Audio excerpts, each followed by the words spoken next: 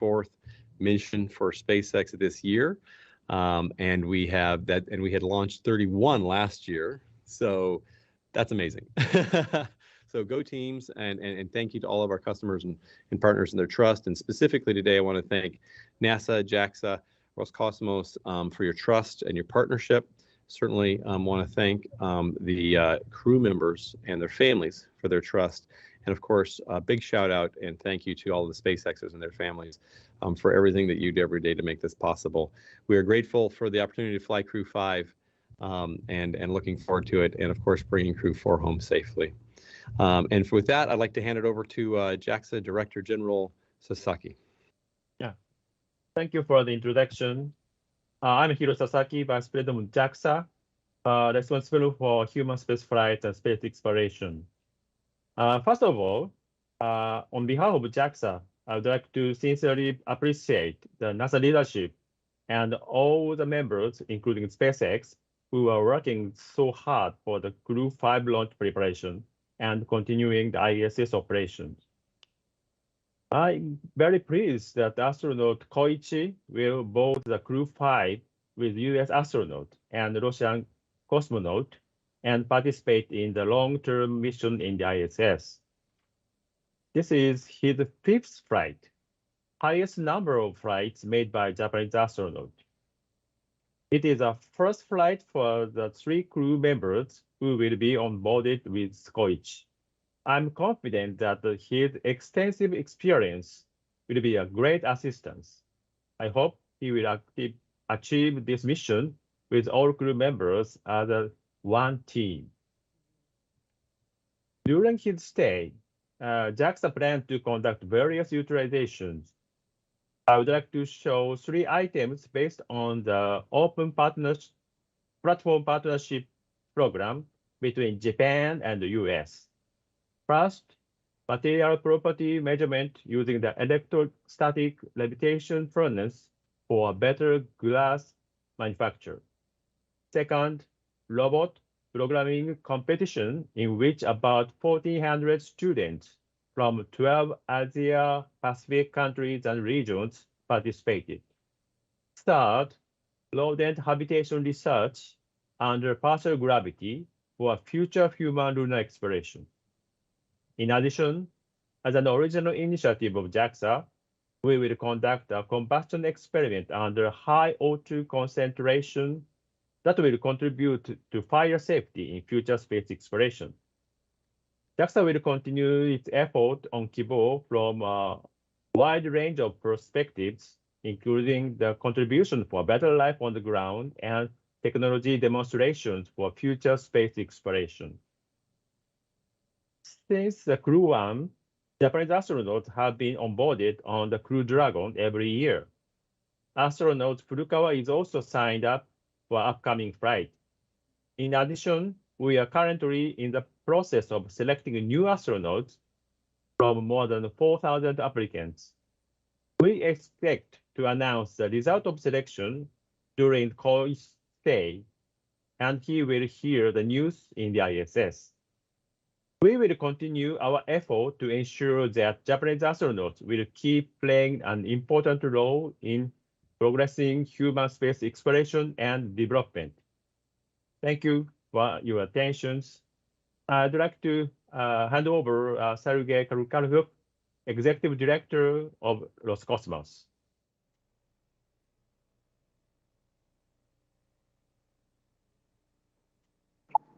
Добрый день, уважаемые коллеги.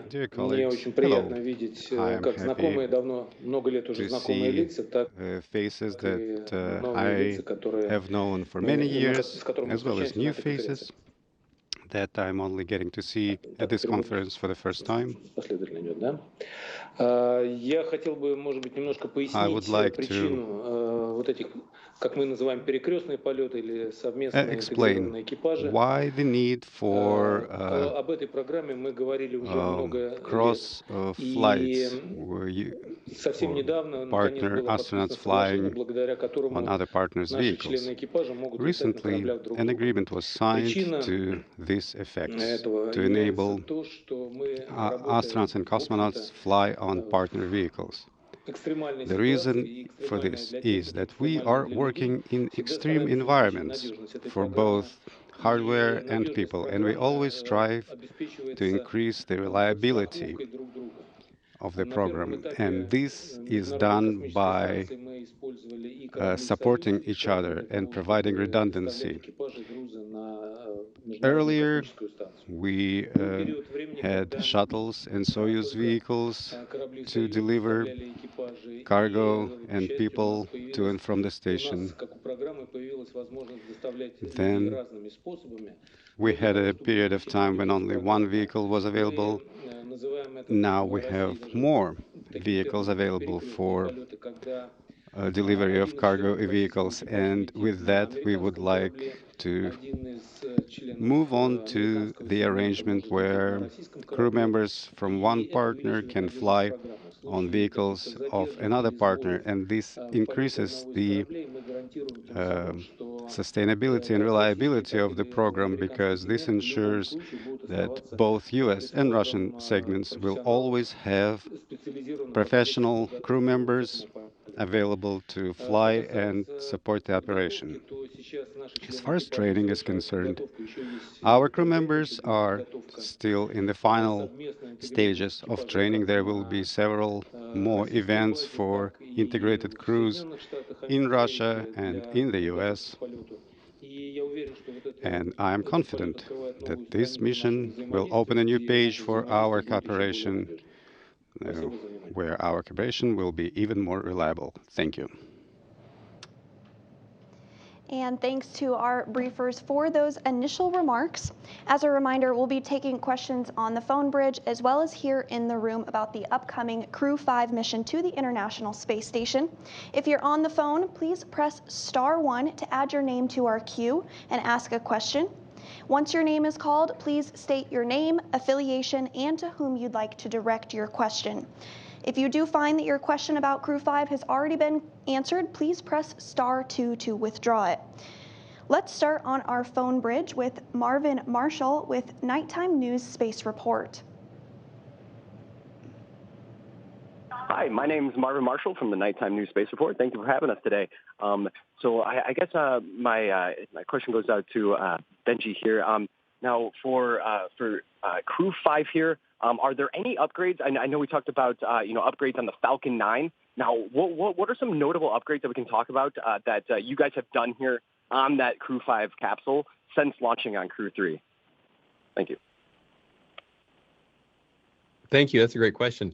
One of the things that I love about this now being the 8th human space flight and the 7th to station is I feel like we're starting to kind of lock in the, a good configuration of the vehicle. But that said, we're constantly hungry and looking for, everything we can do to make all vehicles and all operations safer, and taking all the lessons learned from each mission. So we do expect there to, kind of be a constant flow of certain upgrades or changes or things that are coming out of lessons, and like I said, making things safer. In general, there's not a lot of major new upgrades though to the capsule for this mission. What I will say is that we have a couple of first-time reflight items. The forward bulkhead Draco engines. This will be the first time we refly those engines for a NASA mission. And I believe those previously flew on the Crew-3 mission before. And then also on the windows, our interior window panes, the pressure panes, these will be the first time that we refly those that particular item on any mission. So we're always looking for ways, again, to improve and update, but also to maximize reusability when it's safe and when it's the correct thing to do, because reusability long term ultimately improves reliability, because it allows us to learn as we fly again and again. That said, there are also new items on capsules, and so for this flight, this has a new heat shield, new pods and seats, and of course, for human space flight, we always fly new parachutes for NASA. Hopefully that answers your question. Great, thanks. Next up, we have a question in the room. Mark? Thank you, Mark Carreau for Aviation Week and Space Technology. I believe I'm addressing my question to Joel. If you get the Morris Moore spacesuit back and can address any concerns, and we're able to begin, scheduled spacewalks, what sort of activities kind of come first or with urgency? Is it working the solar arrays, or are there some other things in addition, or just some sense? And I don't know if you have a schedule or not, but sort of a bit of a timeline. Thank you. Good question. So our plan is to get the spacesuit home on SpaceX 25, like we said, coming home on the 18th. Our goal is to get to planned EVA capability such that we could do the spacewalks to support the 2 new solar arrays coming up on SpaceX 26 later this year. And so what we'll do is we'll bring that suit home.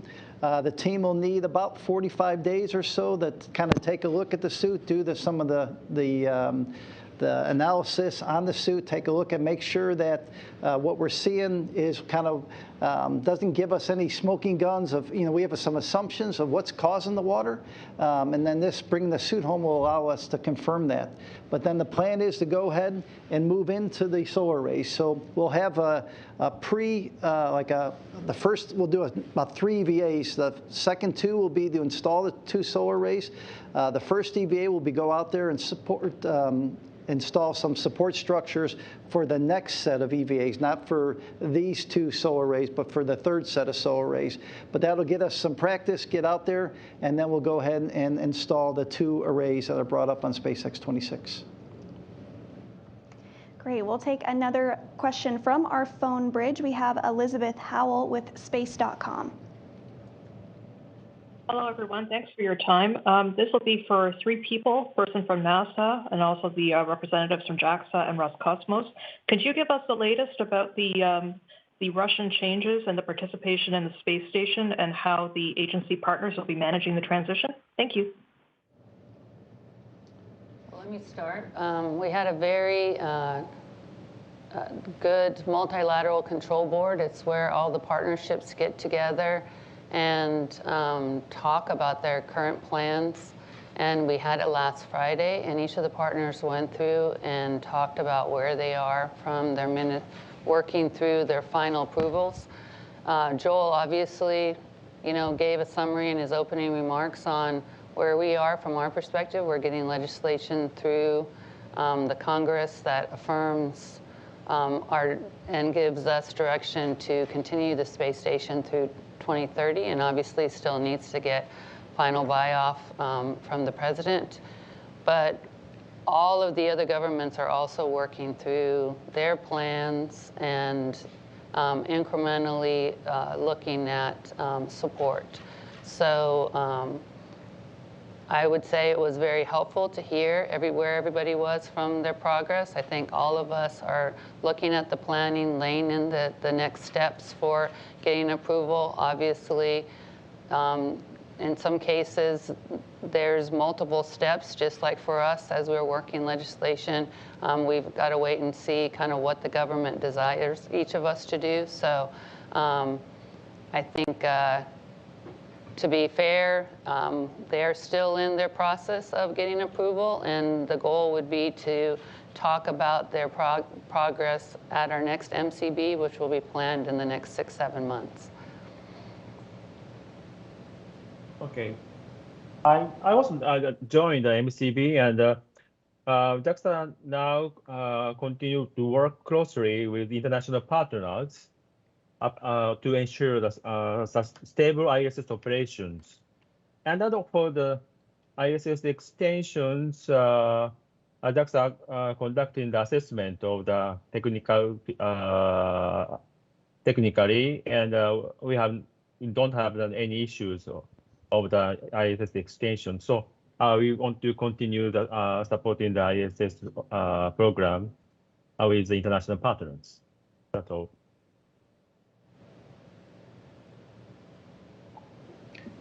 Ну и с российской стороны я хотел бы продолжить то, что говорили мои коллеги, I would like to echo the same sentiment that my colleagues have expressed. The station was designed initially for 15 years, and the operation has been extended a couple of times. Now, all of us have agreed to operate the station through 2024, and in order to continue past that, the technical condition must be evaluated carefully, which is now being done by the Russian specialists. Of course, the station will have an end eventually. New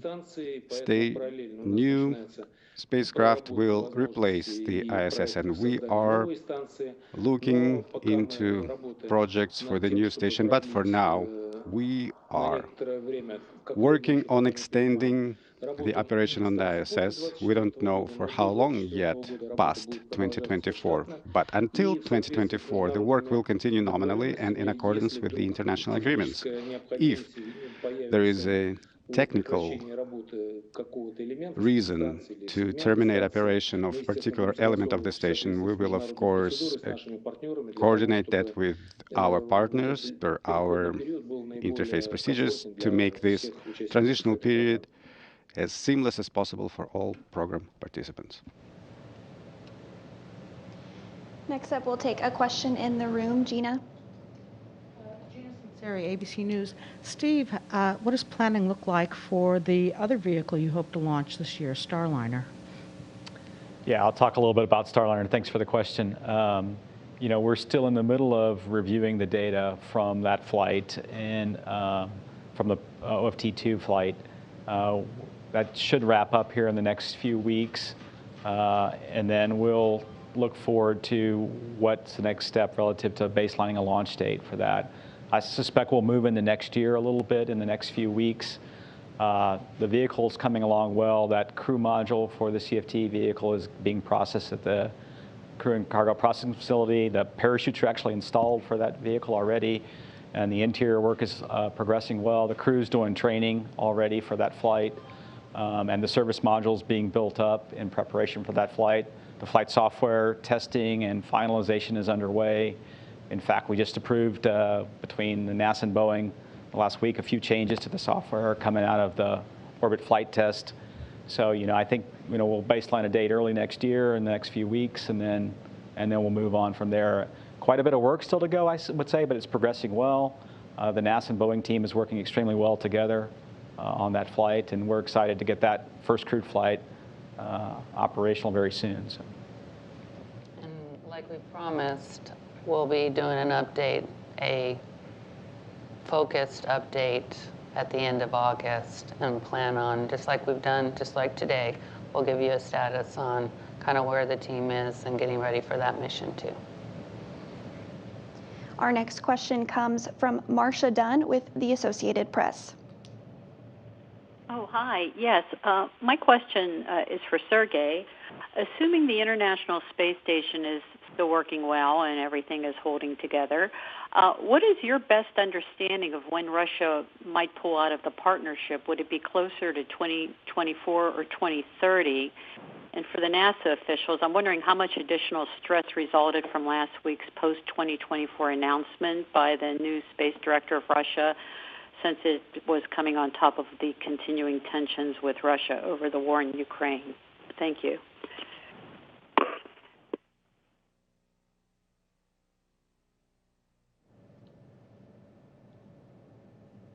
So maybe, Sergey, I'll start. I think, Marcia, I actually feel like like I talked about, we had a really good multilateral control board. Obviously, there's a continued partnership that we have across the board, and this partnership's been very, very important to us in all kinds of, under different kinds of conditions. And I think the team's been carefully working through, like Sergey said, first the technical assessments. We've obviously done our technical assessments on our side through 2028, which is what supported our ability to be able to go and make the recommendation first to the White House and then have that carried forward over to the Congress, and is really supporting kind of the current legislation that's upcoming for us to extend all the way to 2030. Obviously, all the partners, our intent from a NASA perspective is obviously to stay in LEO and continue to use the station extension as a continuance while we're also developing our commercial LEO platforms. And I think that strategy has been consistent across the board, and obviously other partnerships are looking at that strategy. We need to continue to do this step by step. Yeah, as we all know, that there's a process for each one of us to go through first technically to assess it, and then lay in their integrated strategies and how to work and what their strategies are in low Earth orbit. And so I think this is a continued process for each of us. But what we found out last week, and like I keep talking about, I don't know if people realize that boards are exciting things, but boards are really where, we come and talk together. And it was very heartening to hear the progress and the support across the board from each of our partnerships for us to continue to work together in space and to continue to look at and plan together for our LEO work that we're going to be doing in space.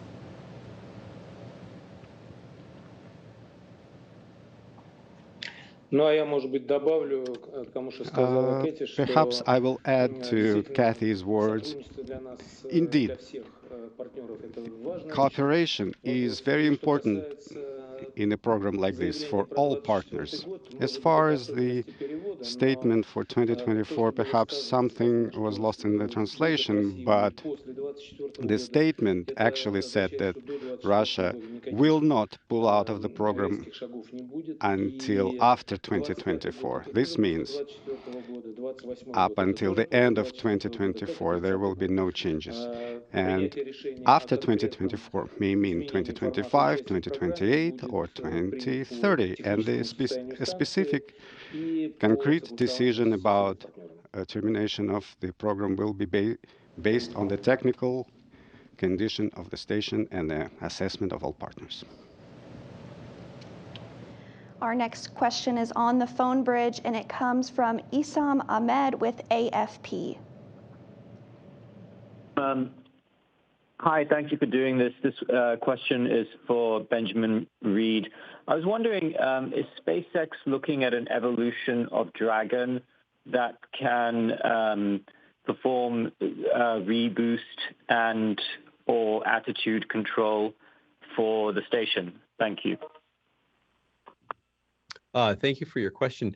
Our contracts with NASA are for carrying crew and cargo to and from the station. And we're very excited to stay focused on that. Certainly, we're here to serve NASA, our customer, and the international partnership in whatever is the best way we can. But we're keeping our eye on the ball, which is very much focused on crew and cargo missions. Our next question comes from Jeff Faust with Space News. Good afternoon. This is a question probably for Kathy or Joel. You mentioned the integrated crew agreement covers one flight a year, I believe, through 2024.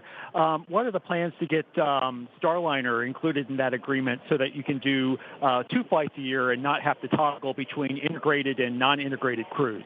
Thanks. You want to take it? Yeah. Go ahead. So our plan is after we get past the CFT mission, we'll do an update to the agreement and work with our Russian colleagues such that our long-term goal is to have integrated crews on all the missions. But we wanted to get a couple of the Boeing missions moving forward, and right after CFT, we'll be putting that in work. But everybody understands kind of the long-term goal. We just are doing this in steps. Okay, great. We do have another question on the phone bridge from Martin Bales with Czech News Center.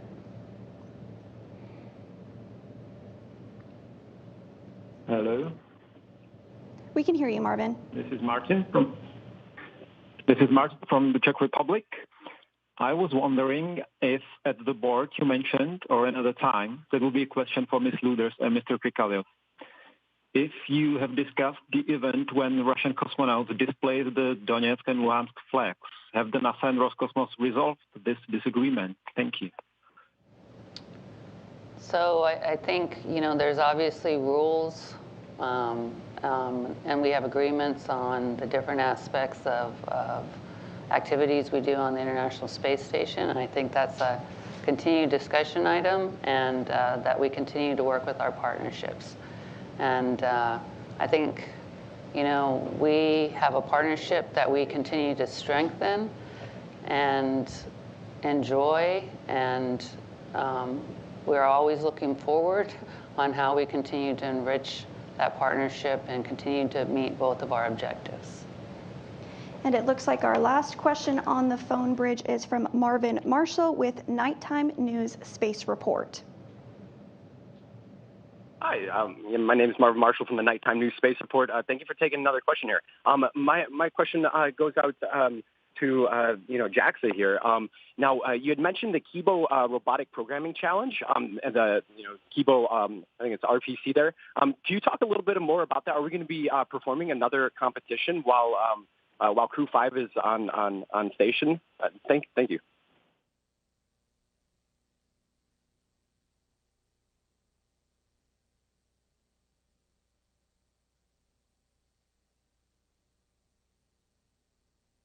Sorry, I'd like to confirm your questions. We plan to hold third competitions during the Wakata states, Koichi states. And what kind of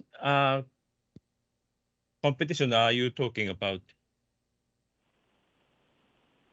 Yeah, most certainly. Sorry about that. Yeah, so I think it's the Kibo, KIBO RPC Robotic Programming Challenge that JAXA does there. And I was really just curious if there's going to be another, live stream competition while Crew-5 is on the space station there. Thank you. Yeah, we are during the Kibo Programming Challenge. We plan to final round, maybe October and November timeframe. That's all from my explanations. Thank you for that. We do have another question in the room. Mark,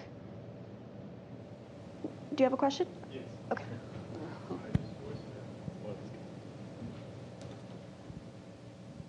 Mark Carreau with the Aviation Week.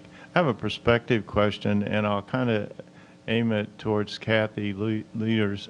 However, among you, if you feel one or the other or more should answer, it's a perspective question on looking back to your earliest engagement with the station and sort of what you think, based on that, has happened in terms of the scientific research, the structure, and the international. Has it lived up, exceeded? I don't know, in a way, I'm asking, is this Apollo or more? Well, I think what's amazing about the International Space Station, I'm definitely going to let Joel jump in too. But what I think is amazing about the International Space Station is how it was really created for establishing this peaceful endeavor, international peaceful endeavor in space. And honestly, it's been through these relationships with our international partners that we have really learned across the board and about teamwork, how to work together in space, that right now it's taken us forward to our endeavors around the moon and on the moon and working together going to Mars.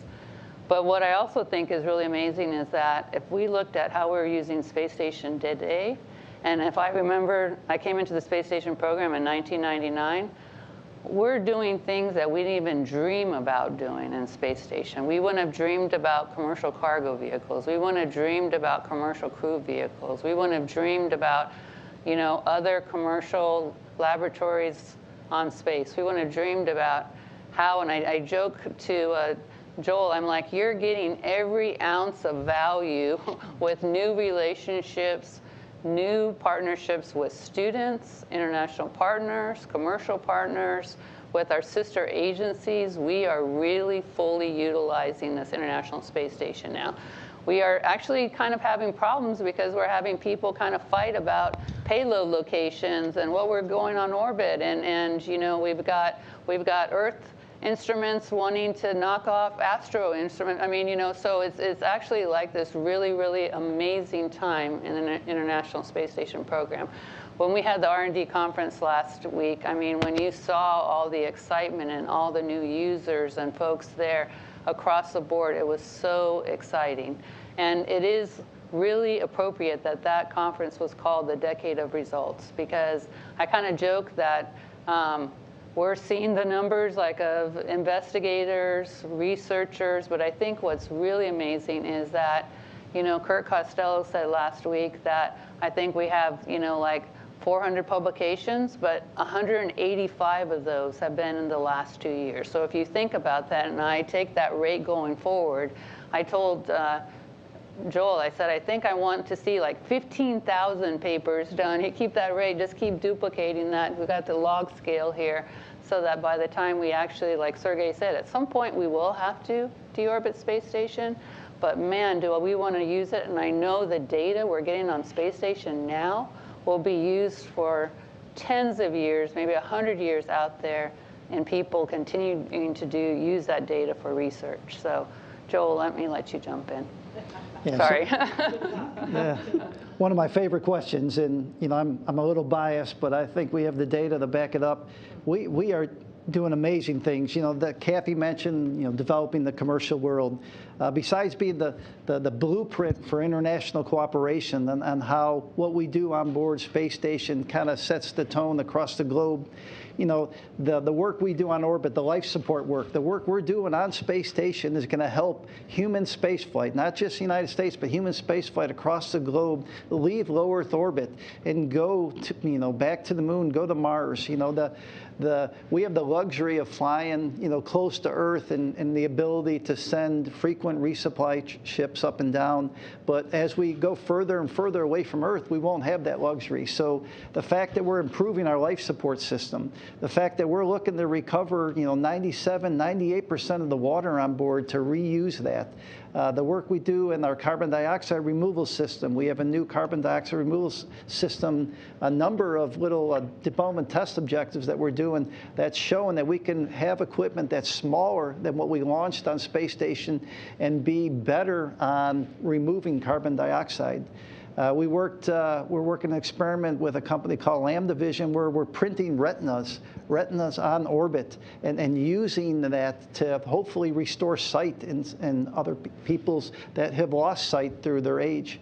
We have the NICER experiment on board that allows us to change how we do CT scans here on Earth. So just a number of examples, and it's just an awesome time to be working on the International Space Station. Thank you.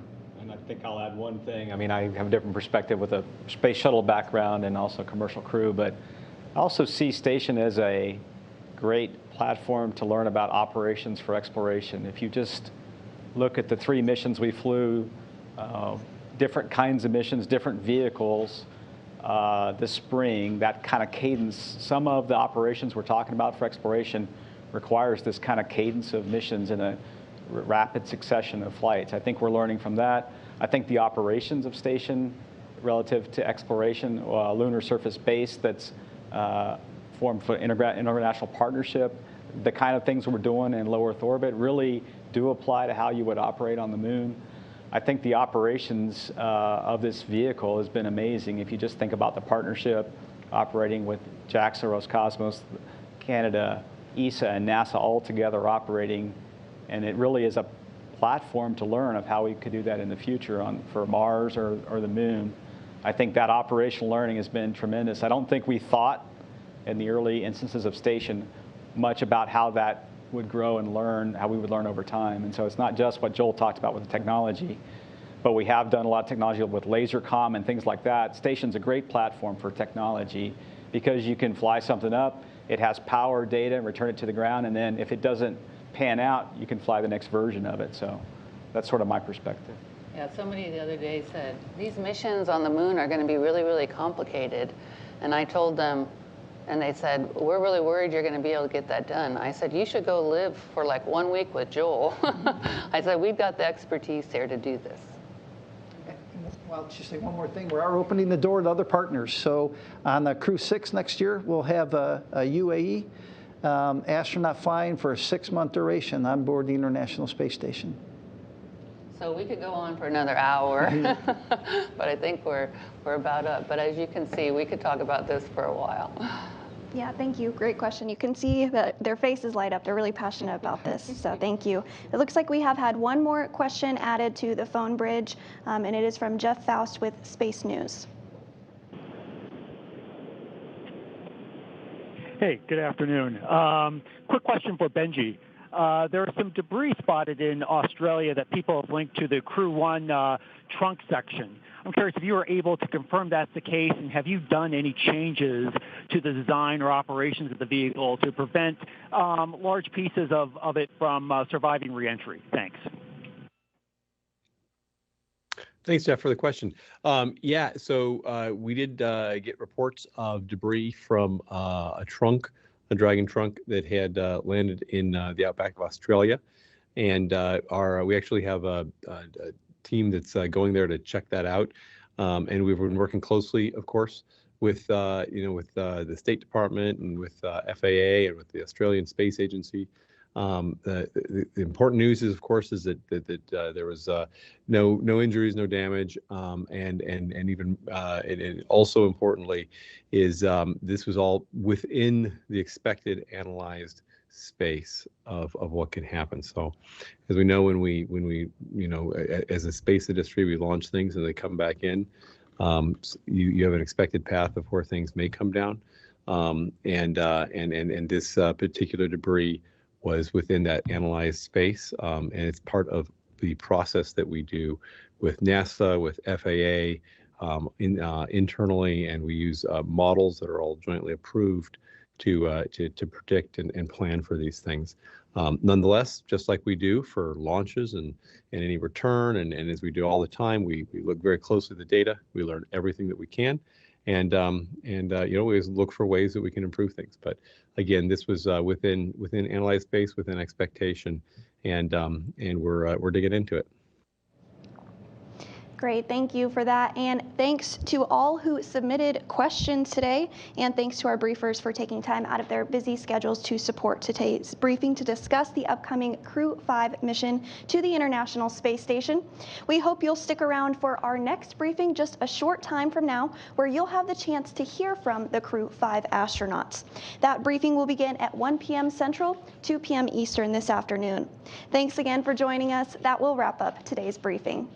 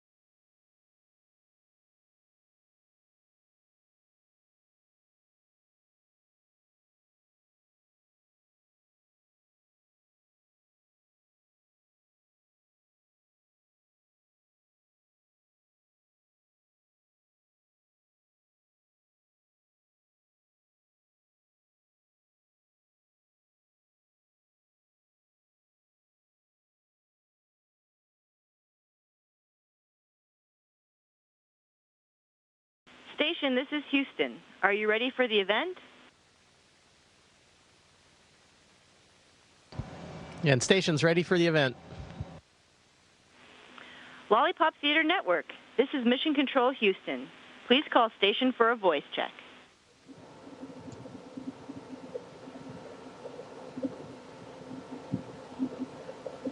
I can't hear you. Station, this is Ryan Johnston with Lollipop Theater Network. How do you hear me? And hi there. We hear you loud and clear. Welcome aboard the International Space Station. Okay.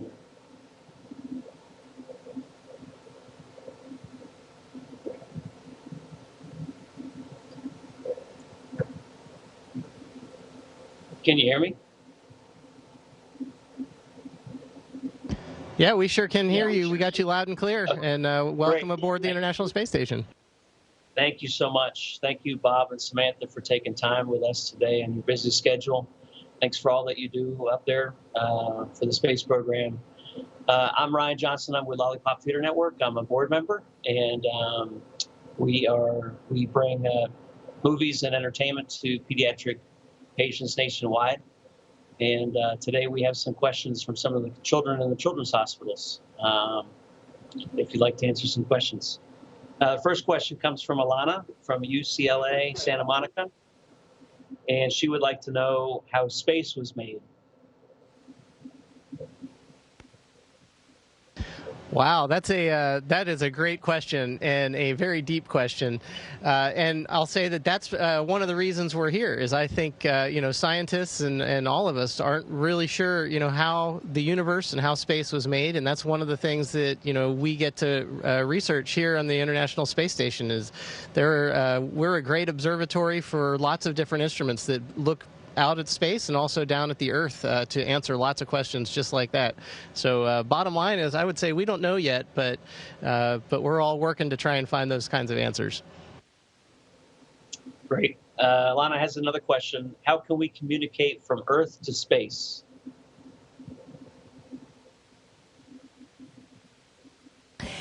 Hey, we have antennas on the space station, and those antennas that point actually higher up than the space station is, way further out. There are satellites, communication satellites. And so our antennas point at the satellites and communicate with the satellites, and then the satellites bounce our voice back to Earth. And so that way we can communicate with people on the ground, just like with you today. Nice. These next questions are from Children's Wisconsin, located in Milwaukee. How do you sleep without floating around?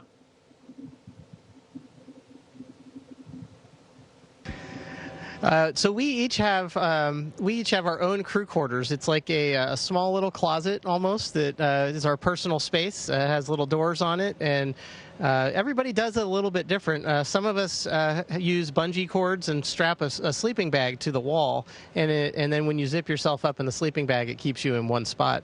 But some of us also like to just float around inside that, and so their sleeping bag just free floats, and you get in there and you just kind of relax, and your arms do something like this, and you float around, but it's not a real big space, so you don't have to worry about, getting lost when you wake up or anything like that. Samantha's demonstrating. Okay, what do you do in space for fun when you're not working?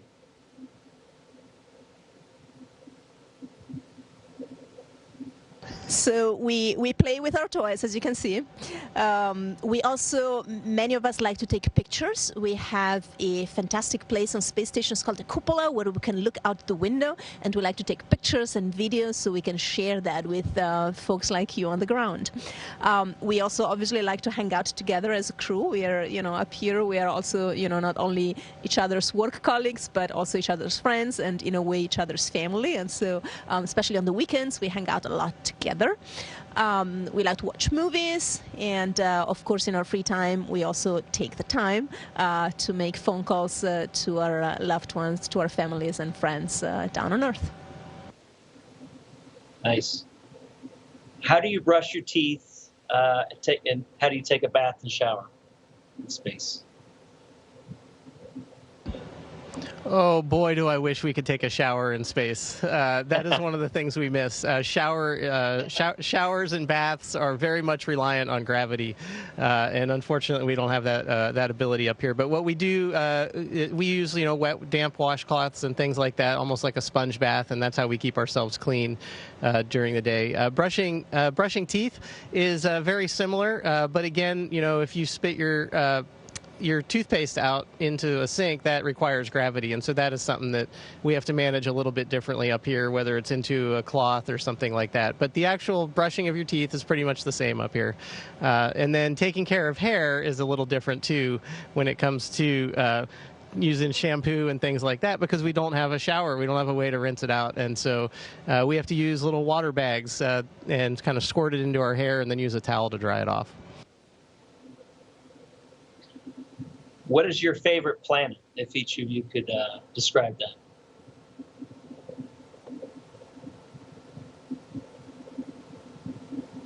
All right, I am obliged to tell you that my favorite planet is Mars, because I have this crewmate of ours, Jessica, we call her Wadi, who is a geologist, and she's worked a lot on Mars and knows everything about Mars, and so she would be very disappointed if I didn't tell you that all of our crew thinks that Mars is the best.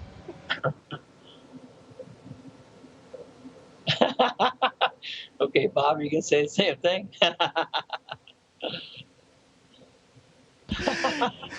Yeah, I think it's. I agree. Mars is awesome, and certainly that's the way. That's where NASA's going, and that's we're looking to go and explore there. But honestly, one of the things that really amazed me when I got up here is how amazing the Earth is. And so I think that truly is my favorite planet. Looking back at it now, it is the most beautiful thing out there. There's the black of space and some other amazing things out there, but the blue marble that is the Earth is absolutely incredible, and so that is my favorite planet. Nice. Comer Children's Hospital in Chicago asks, what is the capacity of the International Space Station?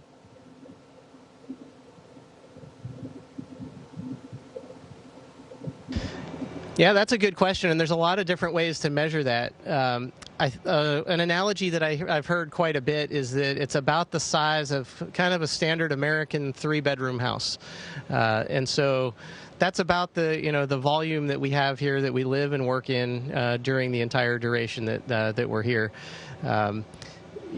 We typically have 7 crew members up here. I think there have been as many. What's the high number?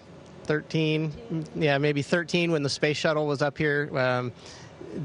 So we've had a lot of people on board. We had 11 when we first got up here, and then when we hand over with our replacement crew here in the next month or two, we'll have 11 more people up here as well. So those are exciting times and a lot of fun having that many people on board. Nice. Mount Sinai Kravis Children's Hospital in New York asks, is it ever scary to be in space, and how are you not scared?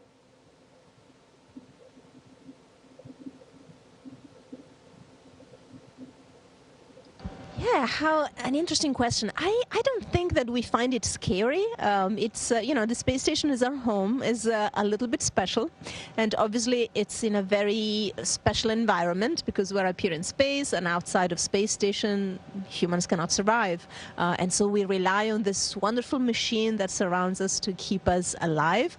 But we know that we have a lot of guardian angels, all our flight controllers on the ground. They get a lot of information from space station all the time. Like space station talks to them, kind of via the satellites that we were talking about earlier. All the satellites, not only they bounce back our voice, but they also bounce back all the information about space station. And so they make sure that, space station is healthy, so that, space station can keep us healthy. And so, we're not really scared about being in space. We actually enjoy it. Great. Can you describe a little bit the trip from Earth to the space station, as far as you feel taking off in the rocket? And I'm not sure if both of you have experienced re-entry yet, but if you could elaborate on that as well. Yeah, so this is my first space flight, so I only know half of the journey so far. Samantha, this is her second space flight, so I'll let her talk about re-entry. But the experience on launch was it was just absolutely amazing. Our crew flew up on a SpaceX Falcon 9 rocket aboard a capsule named Freedom, and it was amazing. When the engines lit, the rocket started vibrating. You could tell we were moving right away, and we just started getting faster and faster, and about 2.5 minutes in, the first stage shuts off, and it's instantaneous, and so we go weightless for about 5 or 6 seconds while the stage separates, and then the second stage lights off, and we start getting pushed back in our seat, and that was the crazy part. That last like 2 minutes of the ride was just phenomenal because we were accelerating so fast, and right around the time where it almost feels like you're out of control and you're just accelerating at an incredible rate, it shuts off again and you're in orbit, and it was absolutely amazing. And then that was our chance to unstrap and go look out the window and see the beautiful planet below us. So it was absolutely an amazing experience. Yeah, and re-entry is quite a ride as well. What happens is that we are up here and we fly really, really fast. How many miles? 17,000, sorry, I know it in kilometers. 17,000 miles per hour. So that is an incredible velocity. It means that we, just by virtue of moving that fast, we have a lot of energy that is stored within us, within our bodies, within our space vehicle. And so what we have to do to come back down, we have to get rid of all that velocity. And the way we do it is we use the atmosphere to do that. Just the drag that you generate by digging into the atmosphere slows you down. Now, where does all that energy go? It has to go somewhere, right? And so you can even see it where it goes. It goes into heat. So the atmosphere around you heats up so much that you look out the window and you literally see flames dancing outside of your window, which is pretty amazing. And that slowing down also means that you are really pressed hard in your seat, kind of like during launch, right? When the rocket launches you, you have that acceleration that it feels like you're pressed down into your seat. And you feel the same when you come back, except that in that case, it's the atmosphere slowing you down. So that when you, open the parachute, you're not that fast anymore. And then the parachute slows you down that last bit. And then you fall. On my first flight, I landed on solid ground in Kazakhstan. And this time, I will have this new experience of landing in water. So I guess it's not landing anymore, it's a splashdown. Thank you. Well, that's all that we have. I do want to tell you, Scott Kelly's a friend of mine, and he texted me this morning and wanted me to say hello to you both. On behalf of all the children watching right now in the children's hospitals, I want to say thank you, and my children watching at home. Thank you for your time again and for everything that you both do for the space program. Well, thank you so much. It's an honor to get to speak with you. We really enjoyed our time with you today. And to all the kids out there, our thoughts and prayers are with you, and we just thank you for the inspiration that you are and the courage that you all show as well. And we really appreciate the chance to get to spend some time with all of you today. Thank you, Bob. Thank you, Samantha. Station, this is Houston ACR. That concludes the event. Thank you. Thank you to all participants from Lollipop Theater Network. Station, we are now resuming operational audio communications.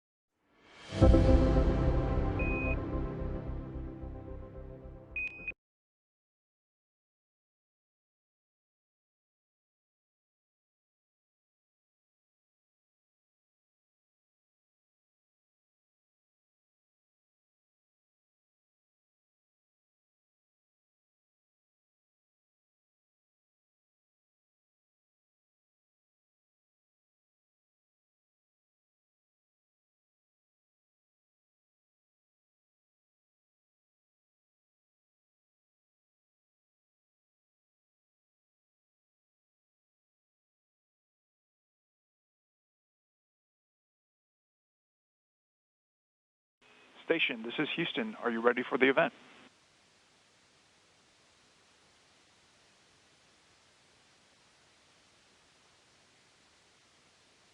Station is ready for the event. Meet the press now. This is Mission Control Houston. Please call station for a voice check. Station, this is Chuck Todd with Meet the Press Now.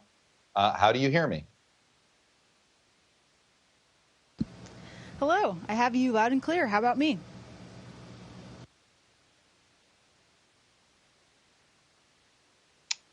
I am ready to go. So I will begin now. First question is simple. This is always an honor to do these things. Jessica Watkins, walk me through a day in the life. Tell me about what an average 24 hours is for you. Yeah, so it seems like a simple question, but actually what's interesting about it is that every day up here is different. And that's one of the true privileges of being up here, is that we get to have our hands in so many different cookie jars that every day we could be waking up and doing a lot of science, doing maintenance, we exercise as well, or doing any number of activities with our international partners. So every day is different because of just how much the diversity of things that we're doing up here on the ISS. Even within each one of those categories, in terms of science, our recent visiting vehicle, SpaceX 25, the Dragon that just came up about a week ago, brought with it so much new science that we've gotten to dig into in the past week or so. As well as kind of the robotics piece of the external payloads that SpaceX 25 brought up as well. So we have a lot to keep ourselves busy up here. I'm curious, tell me about downtime. How do you find downtime? Do you schedule it? You talked about exercising, and I get that, but reading, binging TV shows, tell me about your downtime. Absolutely. We are human beings and definitely need our R&R, our rest and recovery. Though up here when we say R&R, we usually mean remove and replace as part of a maintenance activity. But the other kind of R&R is important as well. And so we have lots of different avenues to do so. We have an amazing team of people on the ground that help make sure that we have all different kinds of entertainment available to us, the ability to call our families and people on the ground. And then, of course, the most fun activity we can do up here is look out the window. Watching the Earth go by just does not get old. I imagine. I want to ask you about sort of the news of the day having to do with the space station, which is Russia's announcement that they are no longer, when I guess their side of the contract is up in 2024, they want to pull out. Talk us through how important the partnership is with Russia. What is your day-to-day interaction with cosmonauts?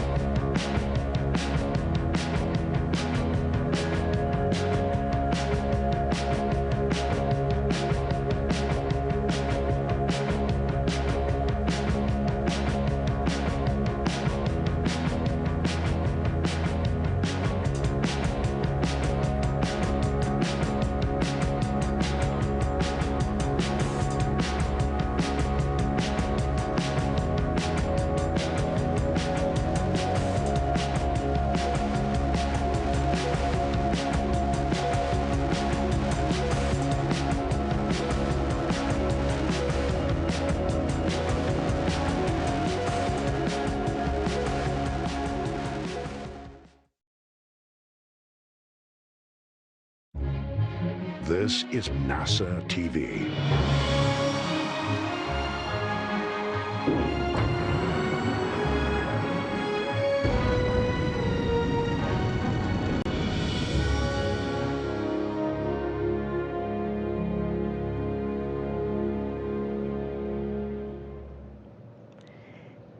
Good afternoon and welcome to NASA's Johnson Space Center for today's Crew-5 Crew News Conference.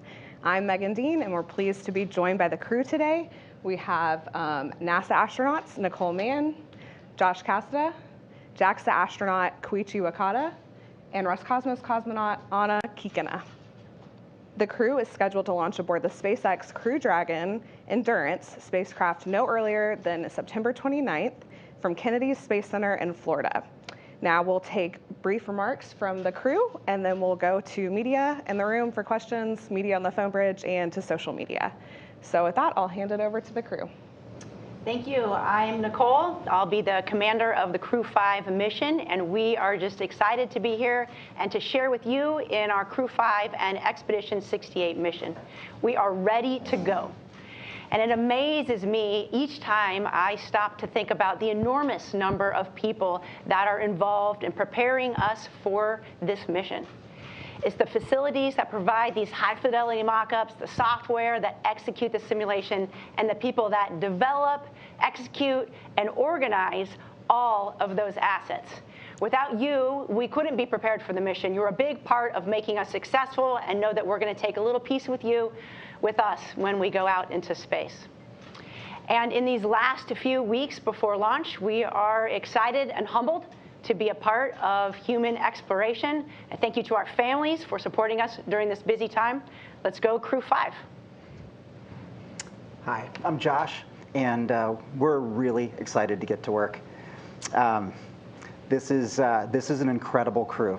I know a lot of people say that, a lot of crews say that, and I don't think they realize just how great it could be.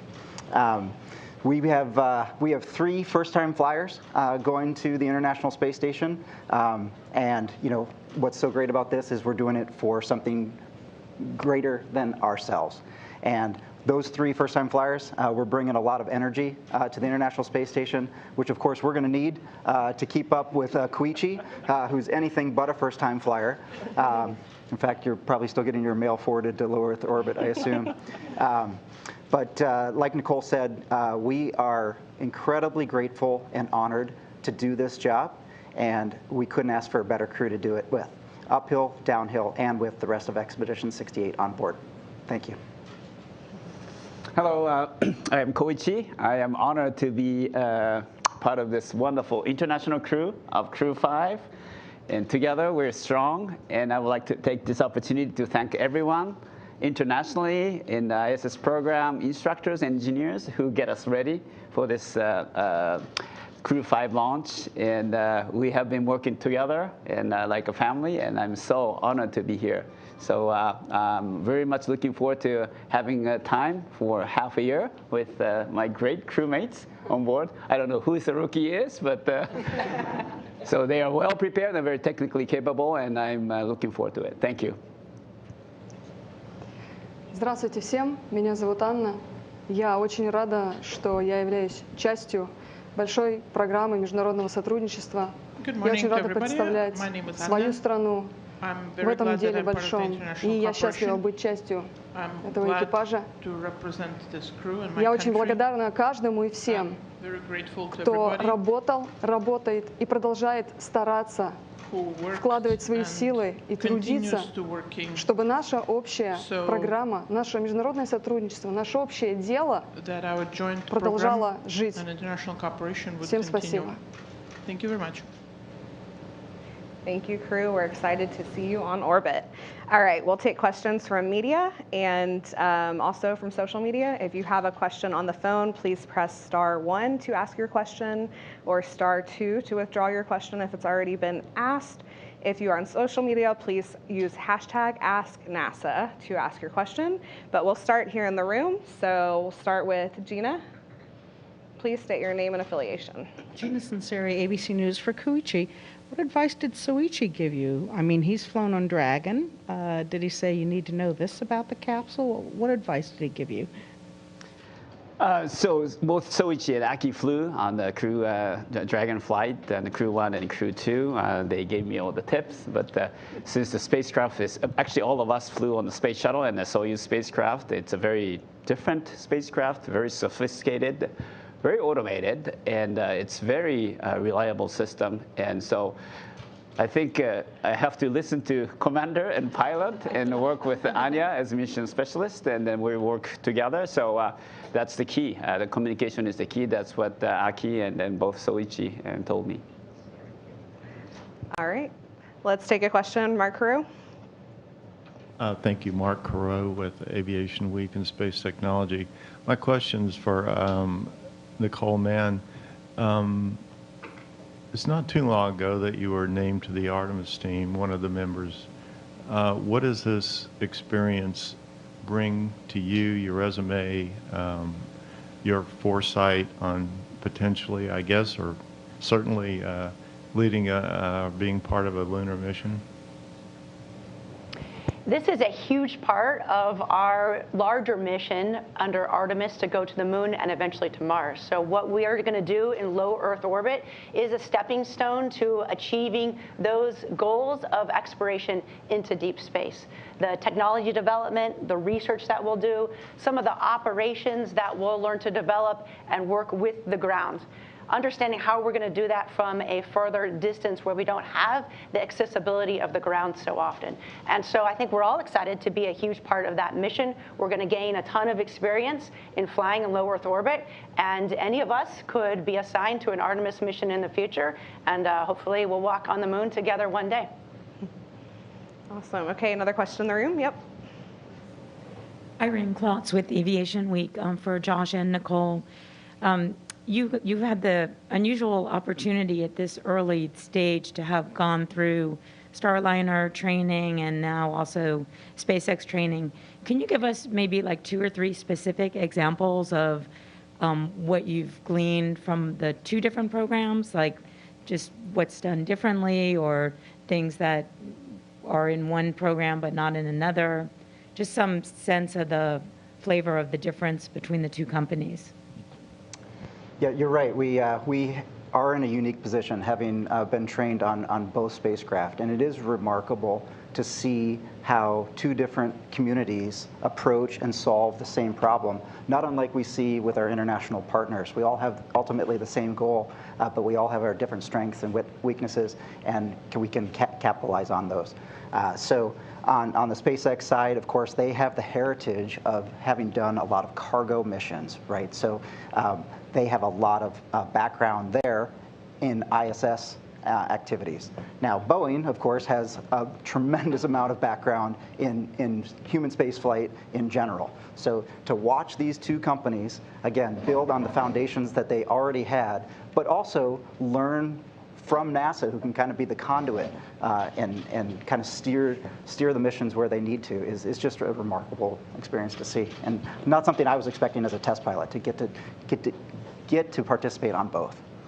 I agree. It's really a unique opportunity to be able to be involved in the development and execution of both programs.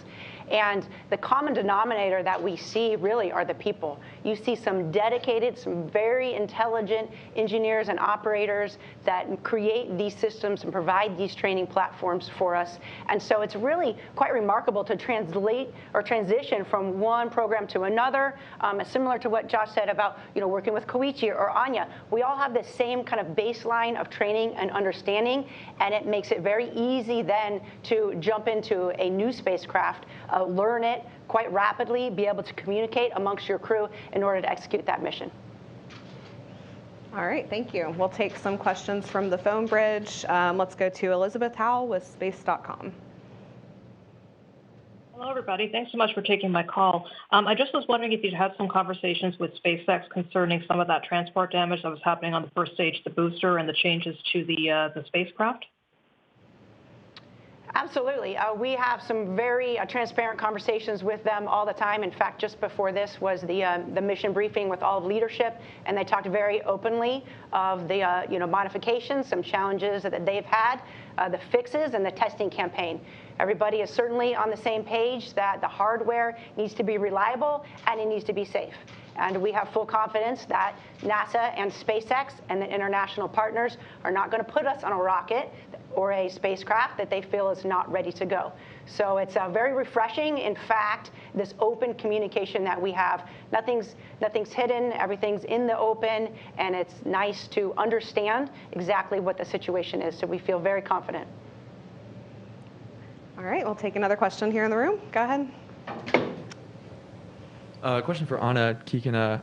Similar to what Gina asked earlier, what advice did your fellow cosmonauts give you before this mission? And if you could go into a little bit how training has been in the past year for this mission, what has it been like? Thanks.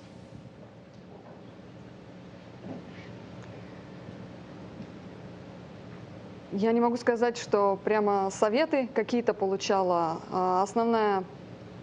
Основная польза от моих коллег была в совместной подготовке вместе с ними на тренировках, на подготовке, на лекциях, на совместном взаимодействии при отработке определенных действий на различных тренировках.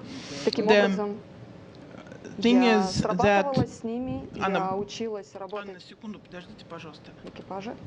I worked with the crew together. It's not like they gave me some specific advice, but it was the process of working with them at the simulations, during the lectures, during the classes, and various other parts of the training that was the most important part of preparing me for this.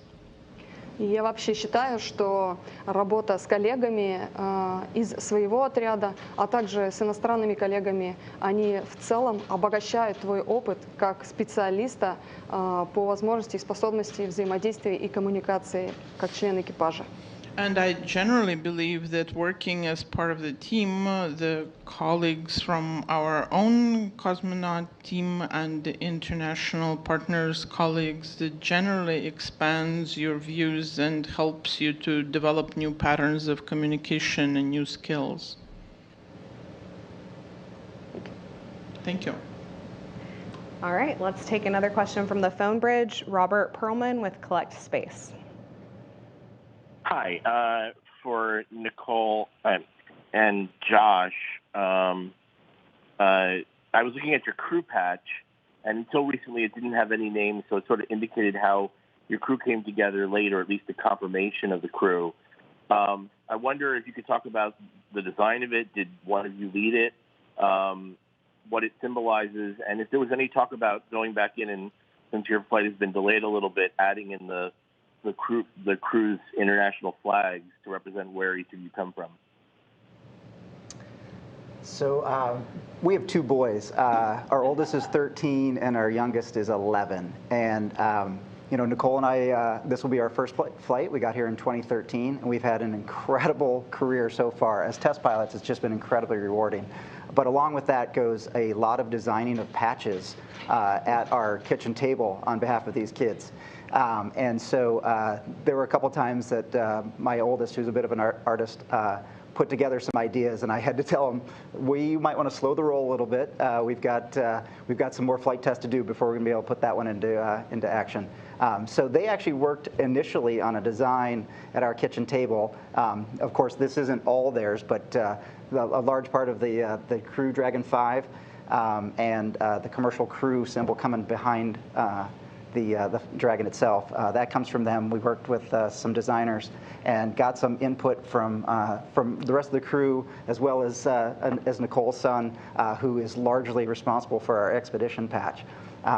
So as far as introducing the international piece of it, we didn't try to exclude anybody, and we didn't try to necessarily include anyone. This is specifically for us as a planet and as a society. And so I was just really excited that these kids got to put their crayons to use. It was really fun to watch.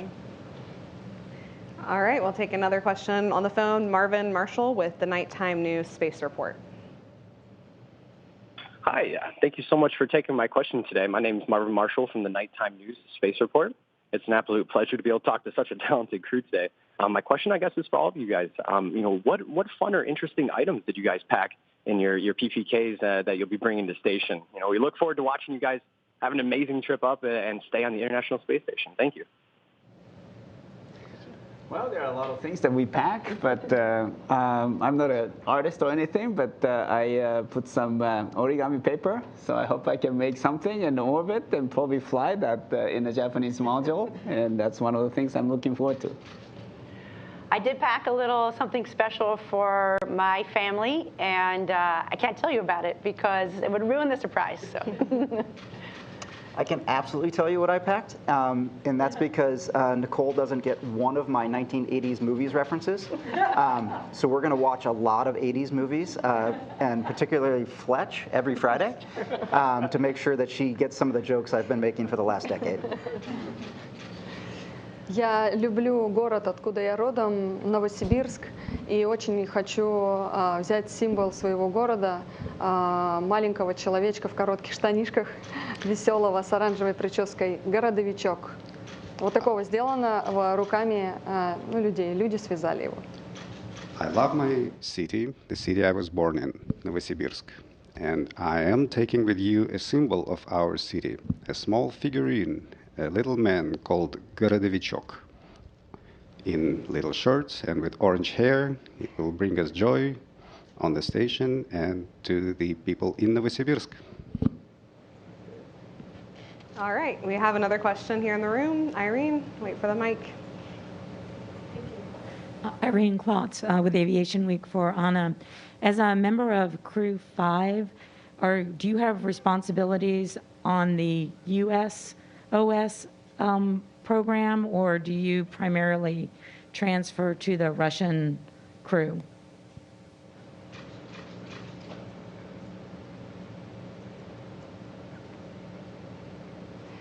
В целом и в основном моя работа будет на российском сегменте Международной космической станции, но у нас есть с ребятами и перекрестные задачи, в которых я тоже буду привлечена.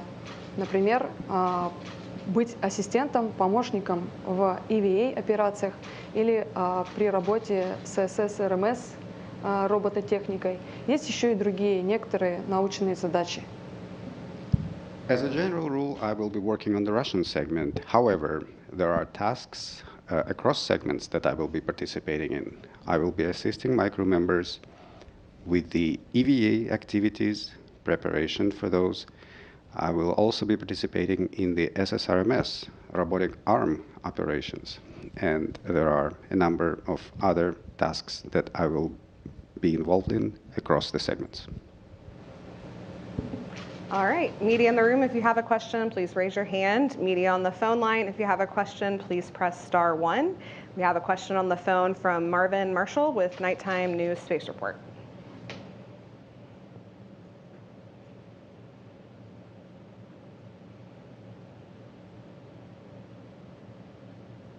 Oh, sorry about that. I was muted. My name is Marvin Marsh from the Nighttime News Space Report again.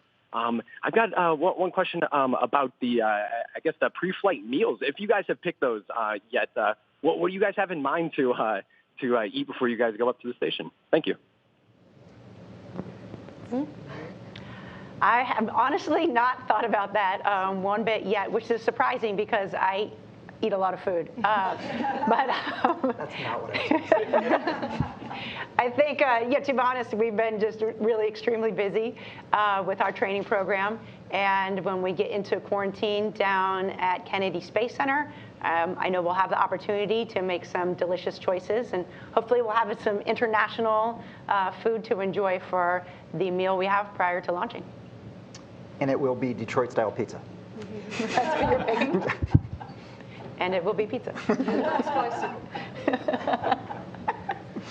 All right, now we'll take a couple of questions that have come in on social media. If you have a question on social media, you can ask using hashtag #AskNASA. Asher on Twitter is asking, what science experiments are you excited to participate in while on orbit? For any that would like to answer.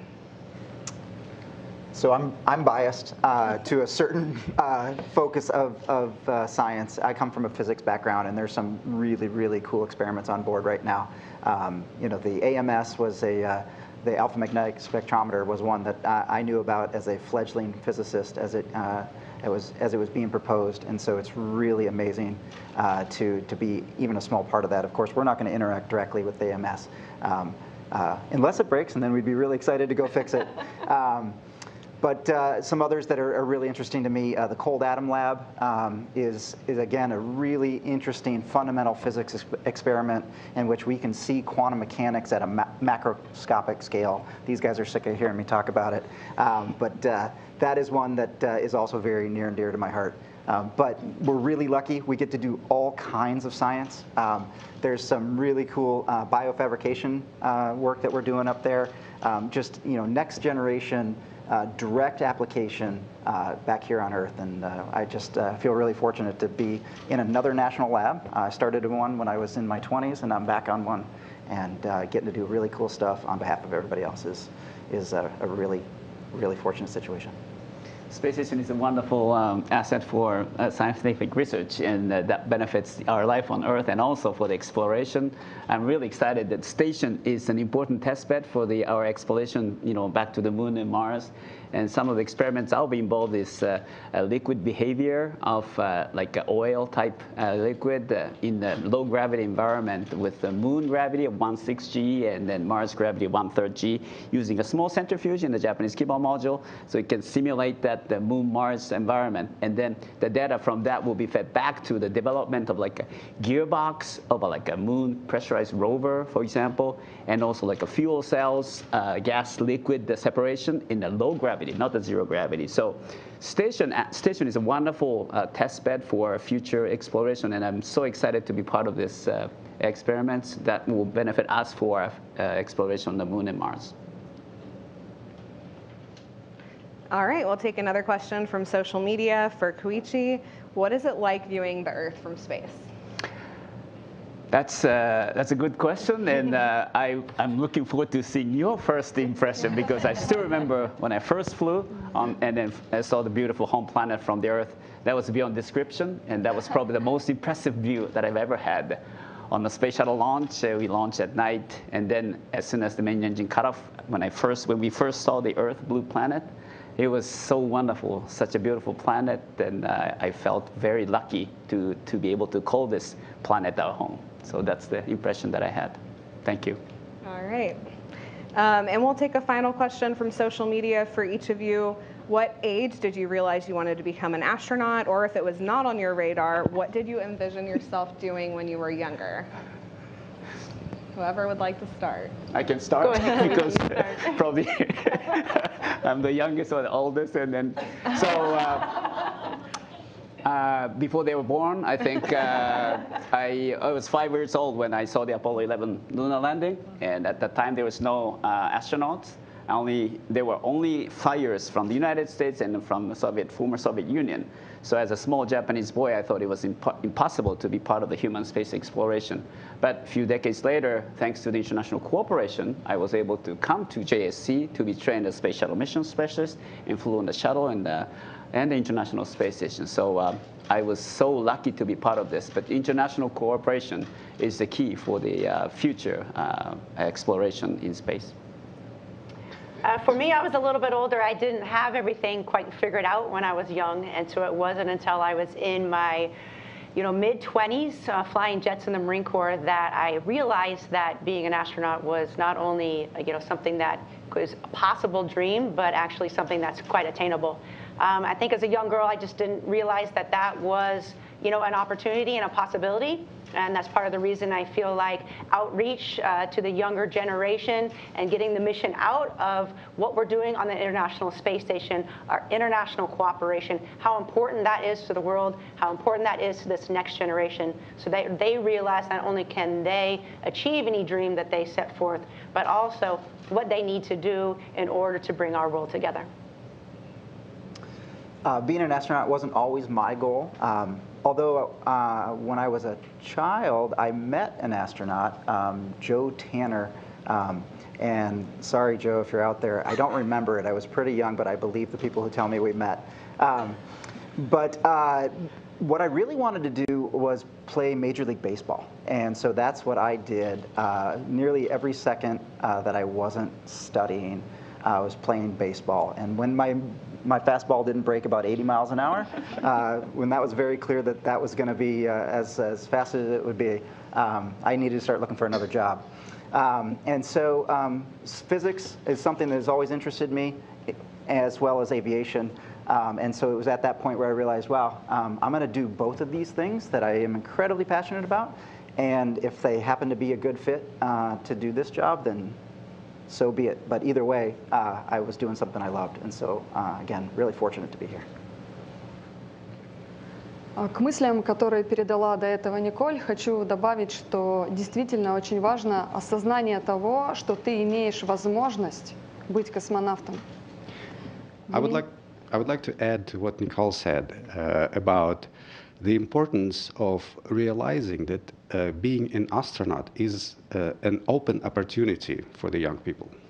Для меня дверями, открывшими такое понимание, стал первый в истории нашей страны открытый набор в отряд космонавтов, который показывал, что любой гражданин нашей страны может стать космонавтом. Именно тогда я это осознала и поняла, что хочу стать космонавтом. Мне тогда было 27 лет, вы спросили.